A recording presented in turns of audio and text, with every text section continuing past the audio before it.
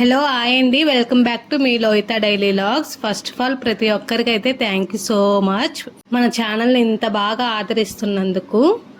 ఈరోజు వీడియో ఏంటి అంటే మా ఊర్లో సాంబశివ అయితే తిరణాలండి, అక్కడికే వెళ్తున్నాం మేమందరం. లోయి పాపకు చూసారా పసుపు అయితే రాస్తుంది వాళ్ళ అమ్మమ్మ. లోయి పాప గుడికి వెళ్ళడానికి అంటే ఫస్టే రెడీ అయిపోయి ఉంటుంది. వెళ్ళే దారిలో మాకైతే ఇక్కడ ఒక నాగమయ్య స్వామి పొట్టుంది, అక్కడే పూజ చేస్తున్నారు. ఫస్ట్ వెళ్ళే దారిలో స్వాములను అయితే వెనకేసి వెళ్ళకూడదు అంటారు కదా, సో ఇక్కడైతే పూజ చేసుకొని కొబ్బరికాయ కొట్టి ఇంకా లోపలికి వెళ్ళడానికి అయితే రెడీ అయిపోయారు. లోహితకి ఏదో రన్నింగ్ కాంపిటీషన్ పెట్టినట్టు చూడండి ఎంత చక్కగా ఉరుకుతుందో. ఆ డ్రెస్ ఎక్కడ తట్టుకొని పడుతుందా అని సగం భయం వేసింది నాకు.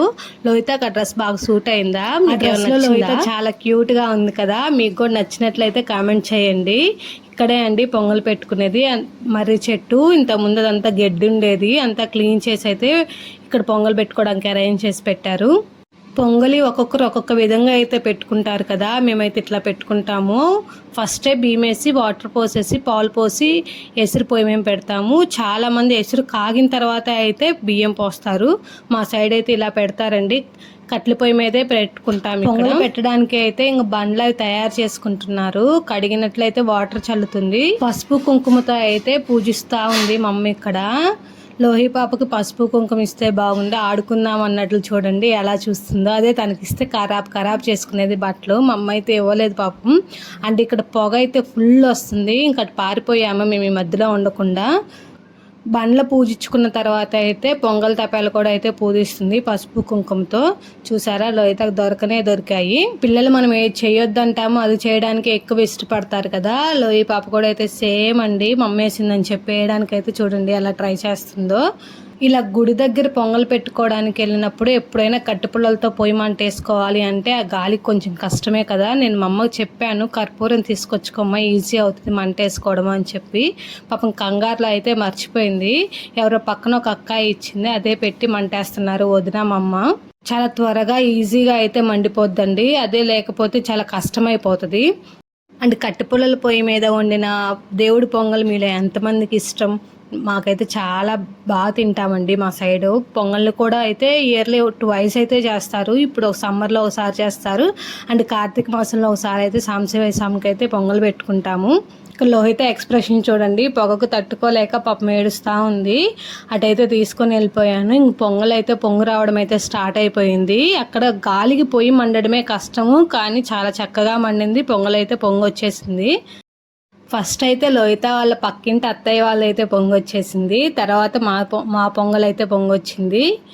మరీ ఎక్కువ పొంగినా పొయ్యిలో పోయి వాటర్ని అయితే పోయి చల్లారిపోద్దని త్వరగా అయితే తీసేసింది మా అమ్మ. చెప్పాను కదా మా పొలం కూడా గుడి దగ్గరే అని చెప్పి, ఆ పొగకి ఉండలేకపోతుంది అని చెప్పి లోహితని తీసుకొని అయితే పొలంలోకి వెళ్ళాను. శనగలోకి వెళ్ళి అక్కడ కొన్ని శనక్కాయలు అయితే కోసుకొని తిని కాసేపు ఆడైతే పొగ పోయేంత వరకు అక్కడే ఉండి వచ్చాము.